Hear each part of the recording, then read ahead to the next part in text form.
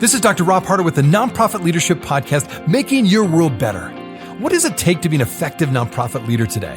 What are the biggest challenges? What are the biggest obstacles? How should nonprofits fundraise in an economy that is constantly changing? All of these reasons combined led me to start this show. And it's my hope that through this series, people can learn not only what it takes to be an effective nonprofit organization, but to hear from effective leaders who are successfully making a positive impact in their communities. We hope you enjoy the show, as together we hear how they are making their world better. This podcast is sponsored by DonorBox. DonorBox, helping you help others with the best donation forms in the business. Well, something that I've mentioned on the show before, but it's been a while, is this astounding fact. Did you know that we're heading into an unprecedented wealth transfer? It has been said that within the next few decades, as much as up to 68 trillion with a T, up to 68 trillion in wealth will pass from the baby boomers to the next generation, specifically Gen-xers and Millennials. Now, this is a critical moment for nonprofits to connect meaningfully with their potential donors. So how best can you connect with donors in a truly meaningful way? Well, my guest today will share just how. Lisa Greer is my guest today, and Lisa is a philanthropist, an entrepreneur, a convener, and an author. And as of 2021, she's the commissioner of the California State Commission on the Status of Women and Girls and the chair of the Giving Back Fund. And also, she's got a new book out called Philanthropy Revolution: How to Inspire Donors, Build Relationships, and Make a Difference. All of you who are seeking to raise funds for your organization will really enjoy today's show. Also, I wanted to mention the fact that it's been 5 years now since I first started this show. I mean, honestly, it's really hard to believe, but it's been truly one of the highlights of my professional life to have the opportunity to connect with and to learn from so many great nonprofit leaders from across this country and from other countries. You know, over the next several months, in fact, I'll be assembling some of my top takeaways from my many, many interviews over the years and putting that together for nonprofit leaders just like you to benefit from. So in the meantime, the best way to get extra content is by signing up for my monthly email update. You can simply go to my website and fill out the contact form at the top right-hand side of the page. It's super easy, and you'll start receiving this monthly content right to your inbox. Okay, enough intro. Now on to the show.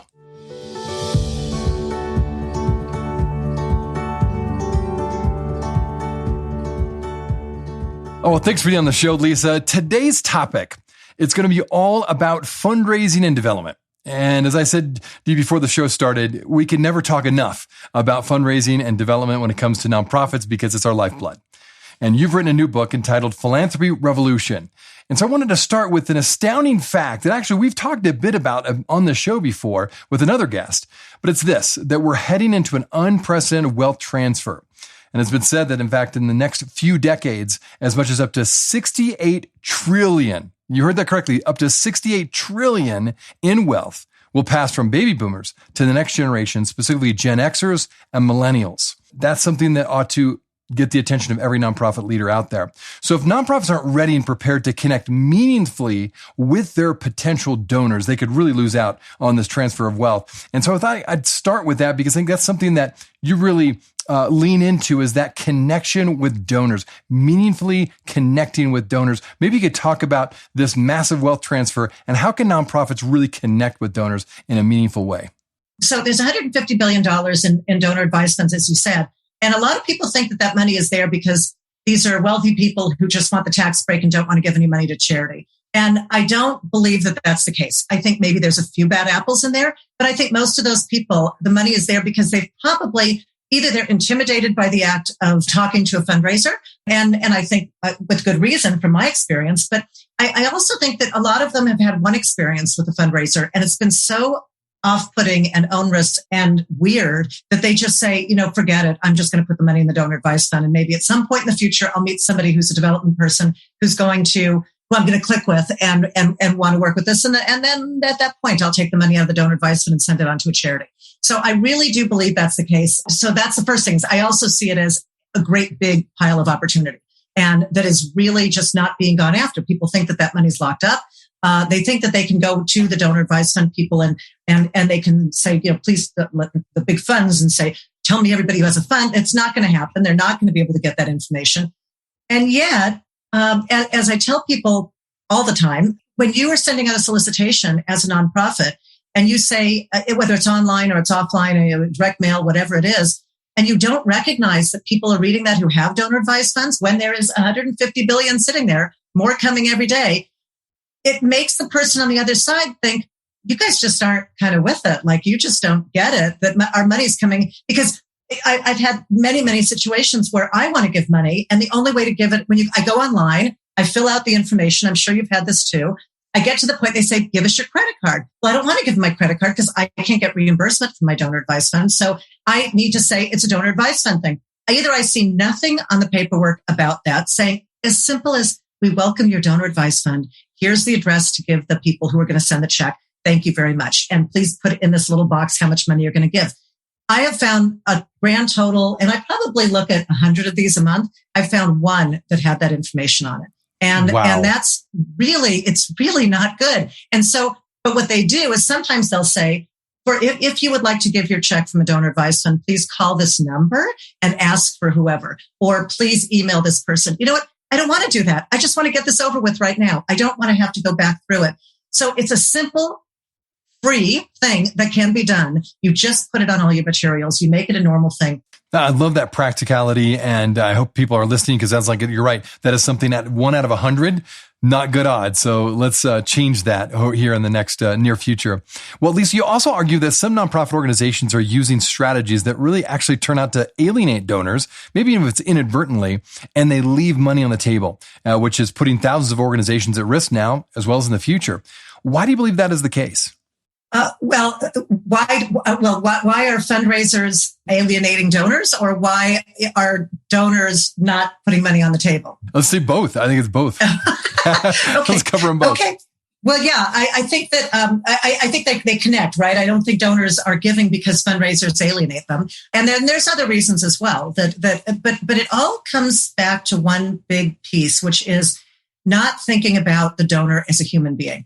If a fundraiser just thinks of the donor not as some alien being, like, I was not raised with money. I was raised in a very kind of middle class home, and all of a sudden we had money. And people, it was almost like some people just expected us to turn into really nasty people with attitude. And most people with money aren't like that. There are some, and there's also some people without money who are like that. But for people to think that I'm a different person, or that they have to stand around me and say, oh, you're right, when I know for sure that they don't agree with me, it's inauthentic. And it also means that the person doesn't think of me as a regular person. In fact, what I think they think of me, and what most donors think when they're talking to some of these fundraisers, is that we're just a piggy bank. What they see is they don't see me. They don't see my face. They see the stuff I have, maybe jewelry or something, and they see a piggy bank. And they just want to go break that piggy bank, take the money and run, and have us not really even talk to them. I think they'd prefer that we were inanimate objects. And I know that's a little harsh, and I don't think that by any means that all fundraisers think that, but I do think that some do. And more importantly, as a donor, it feels to me like they think that. And that tells you there's a big problem.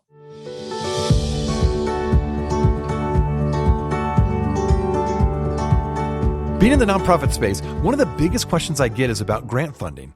Nonprofit leaders know that grants can be a very important part of their overall revenue, but knowing how to write grants well and where to find them can leave many of us overwhelmed.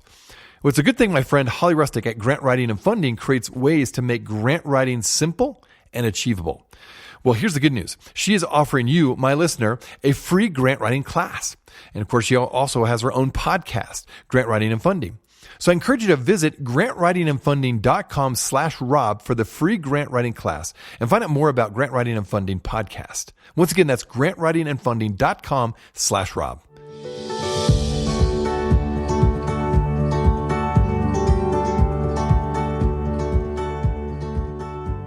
That's really interesting. And, the building relationships with donors is so critical. In fact, I want to talk about that in terms of communication. This is one of your specialties, I think. What works and what doesn't? From your experience, how can nonprofits better communicate to donors?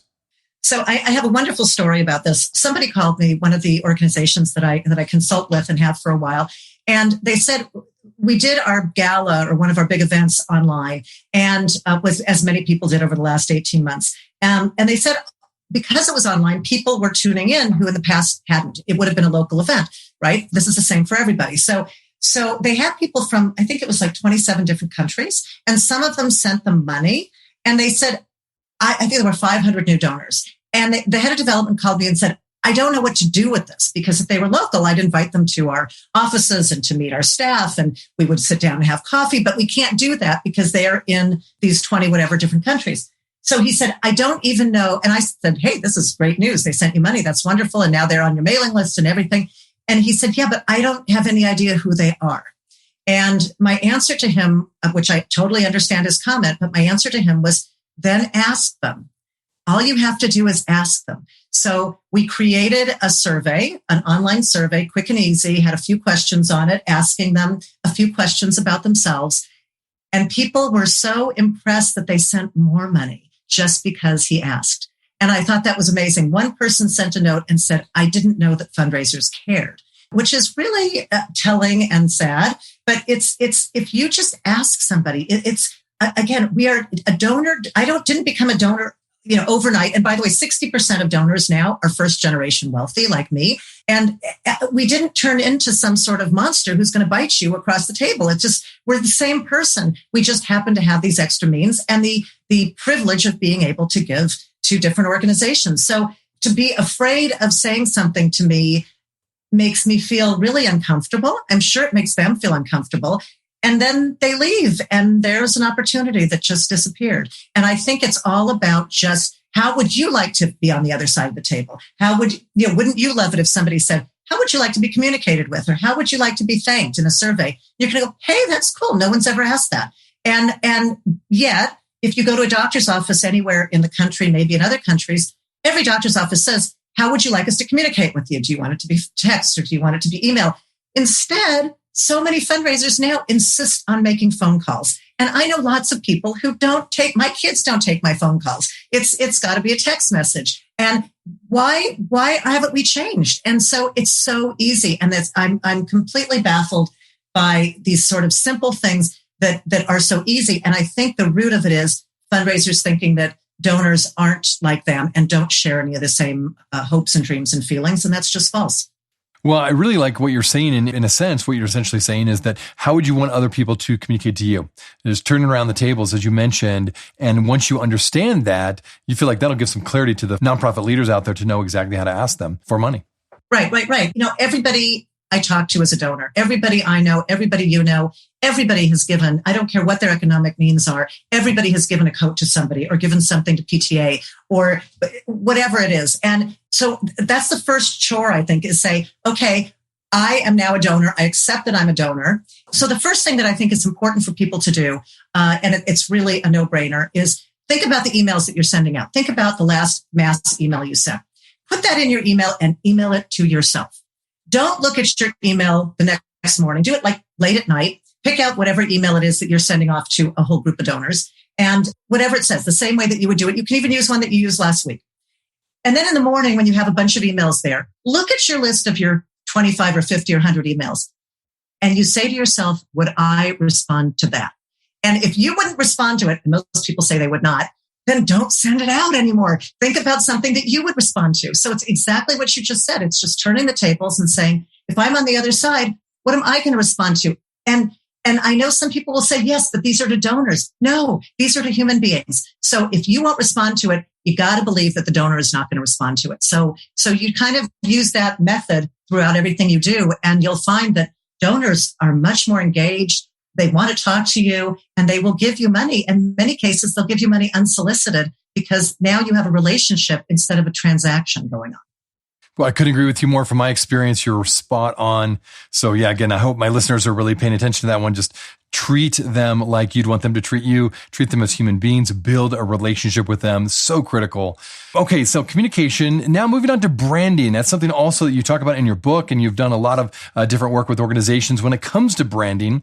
Now, when it comes to a nonprofit's brand, there are several things that leaders do inadvertently that actually can negatively impact their brand. What are those pitfalls in your mind that nonprofit leaders need to avoid in order to prevent their brand from being diminished? Great question, and one that I don't get very often. Well, first of all, there's this reticence among nonprofits to be thought of as a business. So some people, when I say brand, they're already going to say, I don't want to hear it. I don't want to hear it. We don't have a brand because we're not a business. We need to get over that. There's a lot of good things that happen in business and a lot we can learn from it. And oh, by the way, a lot of the donors are business people and they're used to those kinds of mechanics. So we need to listen to that. And a branding is part of that. So you need to protect that brand just like any business does. And you are a business as well. You're a nonprofit business, but you need to protect that brand with everything you've got and make sure that that brand is everything you want it to be. So when somebody says, I'll give you a few different examples. When a big donor comes and says, we would like you to change what you do. It's not on mission, but we want you to do it differently. And if you do it this way, we're going to give you X number of dollars. You need to stop thinking about, ooh, money, easy, got it, coming, and think about brand. What is that going to do to everything that I've built and everything that my predecessors have built? And what is that going to do to the people that we're helping in our mission? Can I afford to do that? And your answer typically is going to be no. And then that gives you the strength to go back to that donor and say, you know what? That's not on mission with us. And if you want to do something like that, here's some other organizations that might be interested if you want to be super nice and if you think that's worthwhile. But if it's a donor who's saying, you have to do whatever I say and it doesn't matter what it is, you need to have the backbone really to say, not a fit, not going to happen. That's not what we're about. And when you send out emails that say, and this, I get one every day, it drives me crazy. And the subject line of the email is, we're 3 days from our quarter end and we're short $5,000 or we're not quite there yet. We need your money. What I think when I hear that, I guess someone who's sending that thinks that I'm going to say, oh, poor you, I'm going to send you that $5,000. Instead, when I see that, I think, not my problem that you didn't budget correctly. Like, what's wrong with you? And I don't think that the fundraisers, when they send those out, realize that that's what I'm hearing. And so I'm just thinking, you're an organization that doesn't have their act together. And so I get another one from that organization, say 2-3 months later, and I think that's not somebody I want to give money to ever. And that's really, really important. Our organizations also, in terms of brand, you've got to realize there's a lot of people who will come, who interact with you. There's a lot of staff. And if you treat your staff like, oh, you're a nonprofit, so you have to take less money. And oh, you're a nonprofit, we can have you work hours that we don't record because you're going to say it's all for the greater good. People are going to go on to the next job and they're going to remember how you did that. And that is going to be what they're going to remember more than almost anything else. And they're going to communicate that to other people, especially now when people are going, people stay 2 years in a job or something like that. That affects your brand. So what I would hear as a donor in that particular case is, gee, organization does great work. They treat their people really badly.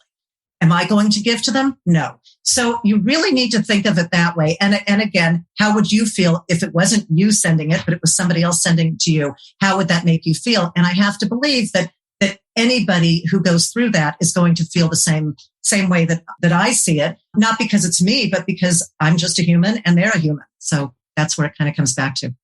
Well, it's interesting. It's always a temptation, isn't it, when you are struggling to meet a deadline financially, and so you send out those pleas. Probably every nonprofit leader has one time or another sent out those desperate pleas for, oh, please, we have 2 more days left. We have 1 more day left, and they're really pushing it. But you're saying basically that actual backfire, because that actually communicates that you're really not organized. You haven't budgeted very well. And instead of actually prompting someone to give, it's actually going to prompt you not to give in the future. Is that what you found? That's exactly right. And that's not a relationship. When somebody says, oh, we're right at the end, give us money. I am not going to think, oh, I really love this organization. I really want to help them out. And most of the time I'm not, unless I really have a good relationship with them, I'm going to look at that and say, no, that's not for me. But it gets worse. So the part where it gets worse, and I'm guessing you know what this is too, is it'll say end of the quarter, whatever, $5,000 short. And maybe you give them some money. And the next day, what does the email say? It says, it's the beginning of the quarter. Let's start off with a bang. Send us money now. Oh my God, you can't win. And as a donor, it's just, you feel so manipulated. Mm-hmm. That's so true. That's so true. Like, oh no. And yeah. And like you said, many donors say, I'm not giving to that nonprofit again. And you may not say anything. And the nonprofit may not totally clue in. Hey, that person hasn't given for a while, but there you go. That's one of the reasons. Manipulation versus a relationship. That's really the difference. We'll be right back. Are you looking for an easy and effective way to boost your nonprofit's donations? Well, look no further than DonorBox, the online fundraising platform that streamlines your fundraising efforts, maximizes donations, and simplifies giving for your supporters. With DonorBox, you can create beautiful donation forms, accept digital wallet payments, track donations, and send auto receipts. And the best part? There are no setup or monthly fees and no long-term contracts required. So what are you waiting for? Visit donorbox.org today to get started. That is www.donorbox.org. Do you want a clear step-by-step system to write grants so that your nonprofit secures funding in a stress-free manner? Well, check out the free grant writing class, How to Write Winning Grants in 7 Proven Steps. You will walk away with 7 nuggets of grant writing clarity and a free action workbook so you can start writing higher quality grants today. Just watch this free class now at grantwritingandfunding.com/Rob. Again, that's grantwritingandfunding.com/Rob.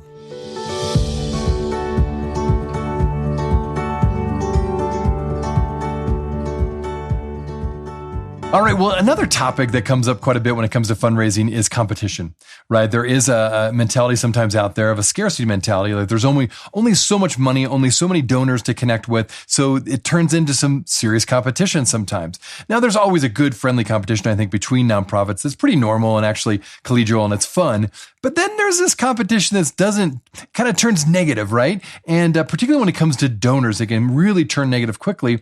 And so my question, I guess, will turn around and maybe I'm assuming what you're going to say is, why does undermining other nonprofits potentially sabotage the whole nonprofit sector?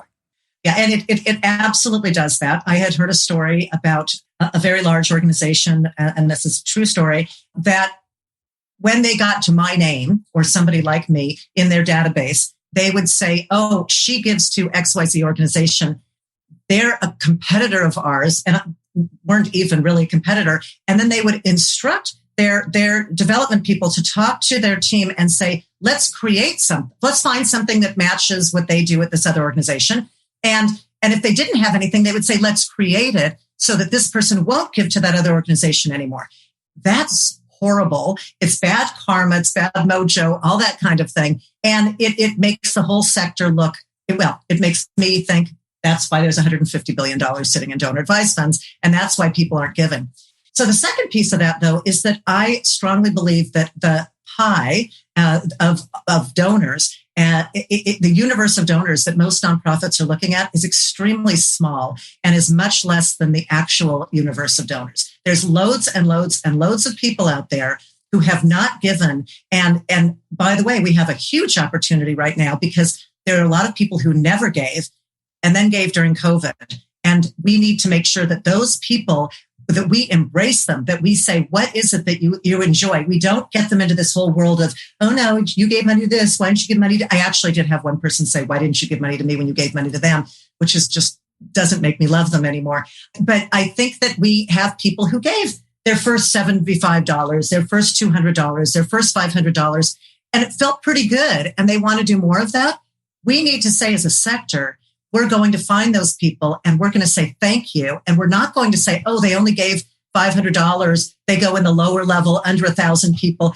That's a first-time donor who's dipping their toe in the water. And we need to realize that that could be your biggest donor ever. You don't know. And you have to make them feel comfortable about what they're doing and feel good about it. So you start that relationship. Instead, I see a lot of organizations who say, oh, anybody under $1,000 or whatever their threshold is, they just go with the low paid people who will just call them and they'll get direct mail. And you make all these assumptions about that person and you have no idea who that person is. So if we really realize, and I think one of the statistics that I really love, this is from about 1.5 years ago, it's about millennial millionaires in the United States. And obviously there's quite a few in other places too, but millennial millionaires could now go up to about 40 years old. But millennials, there's all these assumptions about millennials, like about what they're like and all those things. And hopefully we're learning it's different.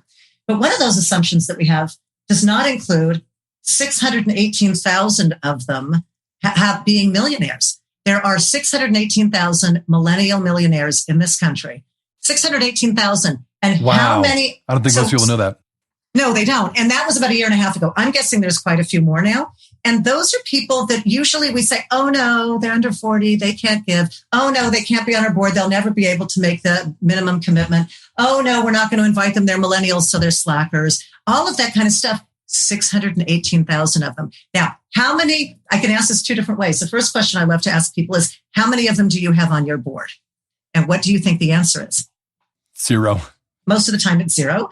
And occasionally I'll find 1. But most of the time it's 0. And some people look at me, raise their eyebrows and say, I don't understand why. I don't know why I would want to have them on my board. They're different. They talk a different language. And that's just the point. We need to learn that different language. We need to recognize these people exist. And we need to be there and say, hey, we're going to help you to achieve all these wonderful things that you can now achieve by helping other people through your means. And we're also going to introduce you to people who've been doing this for a long time on our board. Now, let's continue to talk about funding. I've had other guests on my show that point out that charitable giving actually is down. And if you look over the last couple of years, there's a downward trajectory now for a while. And then with COVID, there's an initial upsurge in giving, but then the overall trend line still in terms of giving to charity is overall still kind of on the downward trend. Is that what you're seeing in your neck of the woods, so to speak? And do you believe it's time for nonprofits to completely retool their fundraising strategy? And if so, how?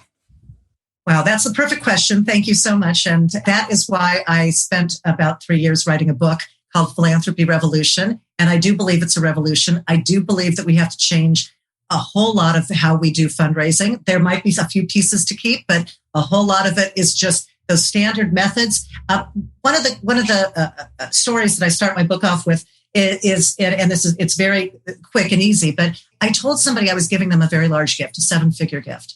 And I had just started giving, and I got on the phone and I had an actual telephone, and I said, it's unsolicited. I'm giving you this gift. And the answer I got was, I don't know what to say. And I said, I guess you could say thank you. You know, I honestly said that. Yes. And this person said to me, I don't know if I can because I didn't make an ask. And that is how outdated the way that we do fundraising is. It's for people who are being given an unsolicited donation and not know how to accept it, and then say, I can't even accept it because I haven't made it. I haven't gone through the process, a process that was created something like 100 years ago. That's crazy. And that is really not that unusual. And so I do believe that we need to, and again, we can look at how do we feel if we think of ourselves as donors, which of this would we change? And I believe that everybody who goes through this process will be able to see, you know what, we need to change a whole lot of this. We can't say, you know, if someone wants to give us an unsolicited gift, we say, great. If somebody wants, and thank you. If somebody says, I want to give you this gift, and I also want to get my hands dirty, or what a lot of new donors do is they say, I want to volunteer and get my hands dirty first, see how you operate, and then I want to talk about giving. You need to embrace that and say, great, we'd love to have you. Come be part of the team. That's awesome. Whereas the old-fashioned rule that a lot of people still use is that donors and volunteers are in different buckets and they should never really meet each other. And that doesn't work. Well, it sounds like if the more questions we ask of our donors, the more good feedback we'll get, and it'll actually impact our strategy for the better. Yeah, it's absolutely true. Donors don't like to talk about this because when I started working on this and started writing my book, I thought, well, why am I the first book written by a donor? Why doesn't anybody else do it? There's hundreds or thousands of books written by fundraising teachers and development people and all of that. And I couldn't understand it. So I asked a bunch of the donors and I said, people I know, and I said, what do you do when you have a bad experience? Do you tell the organization what it is that they could have done better so that they can learn? And almost all of them just said, no. Why? I'm giving them money and I can just give money to whoever else does what they do. I can just not give them money. I can hang up the phone on them if I don't like the way they talk to me. So, and then it's over. But then my answer to them was, but that doesn't help anybody do better because they're not getting any feedback. So when you ask a donor for feedback, it shows that you care. It shows that you respect them.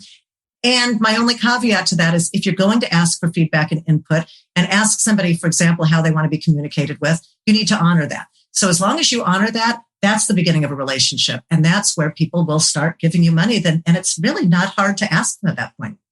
No, really good point. And, one of the things that I've talked about with other guests on this show as it really ties into this relationship with donors is during COVID, and even now that we're emerging out of the COVID crisis, for a lot of people that maybe normally would give to your nonprofit, they may have hit financial hard times, or they just didn't, they don't have the extra money they used to give, or maybe they still give to your organization, but they're going to give less.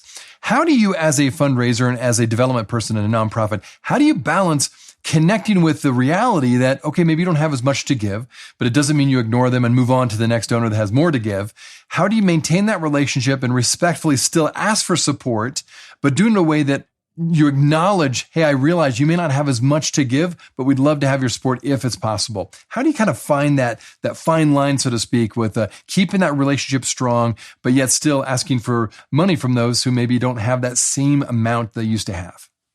So most people have fallen on hard times at some point in their life, and just put yourself in that position and just same thing I was saying before and say, how would I have liked to be addressed when that happened? What would have motivated me? And the best thing for me, at least, and I'm guessing for many other people, is if somebody says, I see you, I hear you, I understand, I still want to be connected with you. Because we have a relationship, we're in this for the long term. We're going to keep telling you how we're doing. And when you feel like you're up to jumping in again, great. But if for now you want to come to, whatever, some sort of events, or you want to, be notified of our online talks or whatever it is, or you want to get your hands dirty and actually packing sandwiches or whatever it is, we would love for you to do that. And guess what? It makes somebody who's fallen on hard times feel really good to be able to give back in some way.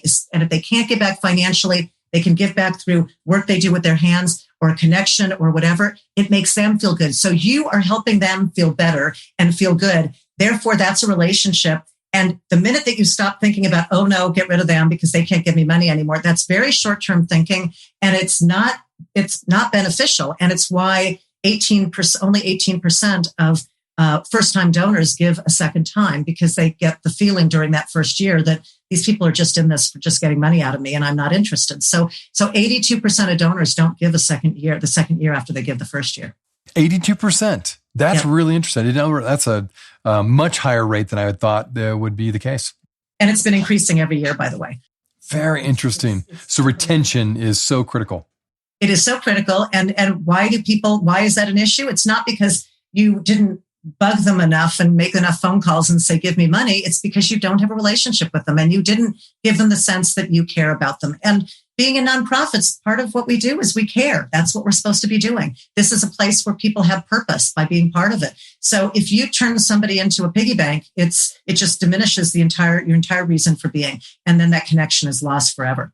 That's so important that you're emphasizing this relationship piece. For many nonprofits, they're really, really good about caring for the community, particularly if it's a humanitarian organization.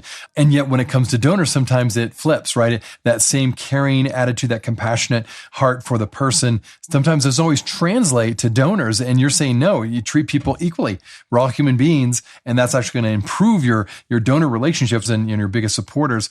So maybe one last question. You've been mentioning this multiple times, but I want to just ask it one more way. It's important for organizations to understand the donor's perspective on giving. So when it comes to crafting your ask, so to speak, and asking your donors for whatever funds you need for your organization, it's so critical, again, to think through the whole process from the donor's perspective. You keep mentioning that, which I think is right on. It's so critical to the healthy organization. So maybe for the people that are listening and are like, okay, I know I need to improve my approach. What are the first one or two things they ought to do today that really will help them move from just doing the normal ask, going through the motions, as you mentioned before, and truly changing their perspective to thinking, okay, I want to get in the shoes of the donor so I can do a better ask so that my fundraising is more successful? Right. So that's a wonderful, wonderful question, and something that I think everybody should look at, because I actually think, most fundraisers only stick around in their jobs for about 18 months. Why is that? So I think it's because it can't be much fun on the fundraiser's part either to talk to somebody that way without really knowing anything about them and just try and get money out of them. That just can't be, a happy thing for people, and so getting gratifying. So the first thing that you want to do is you want to actually get to know who that person is as a person. You need to recognize that everybody's different. And so I recommend that everybody does, this is super easy, everybody does a 5-minute Google search. You can use wealth engines all day long. Some of them are accurate. Some of them are far from accurate. I just did my own recently, just as at lark, to see it was completely off, like not even close. Seriously. Seriously, not even close. But if you look at somebody for 5 minutes on Google, which many of you have probably done, or Facebook, or if it's open or whatever, you'll get to know that person as a person, not as a checkbook. And that's an arcane term, but not as a person who's going to give you money. They're actually a person.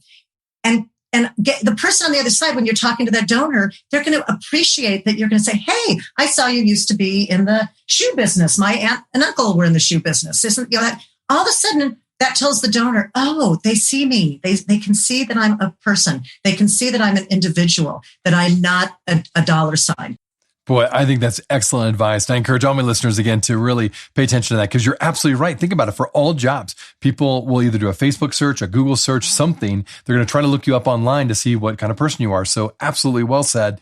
Well, people that are listening to this podcast, they want to connect with you or they want to find out more about your book. How can they do that? Great. Thank you so much. This is all wonderful because I love talking to anybody who's interested in doing better at this. I'm completely committed to the sector, and which, by the way, our sector is now largest than manufacturing as of last year. And I want to see this sector flourish, and I want to see everybody wins if it's done right.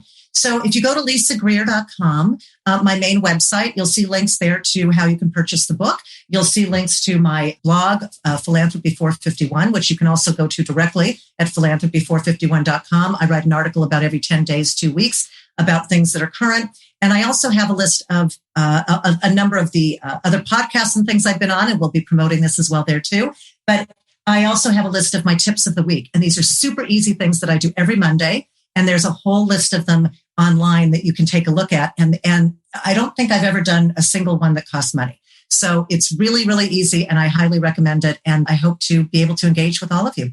Well, Lisa, thanks again for being on the show and sharing your insights. Again, this is so critical to the health of our organizations. And with all this transfer of wealth going on right now, this is such a good opportunity for nonprofits to really get to know those donors, build those relationships so that at the end of the day, it can further their organization and they can actually accomplish their mission of what they're doing in the first place. So, Lisa, again, thanks for your time today.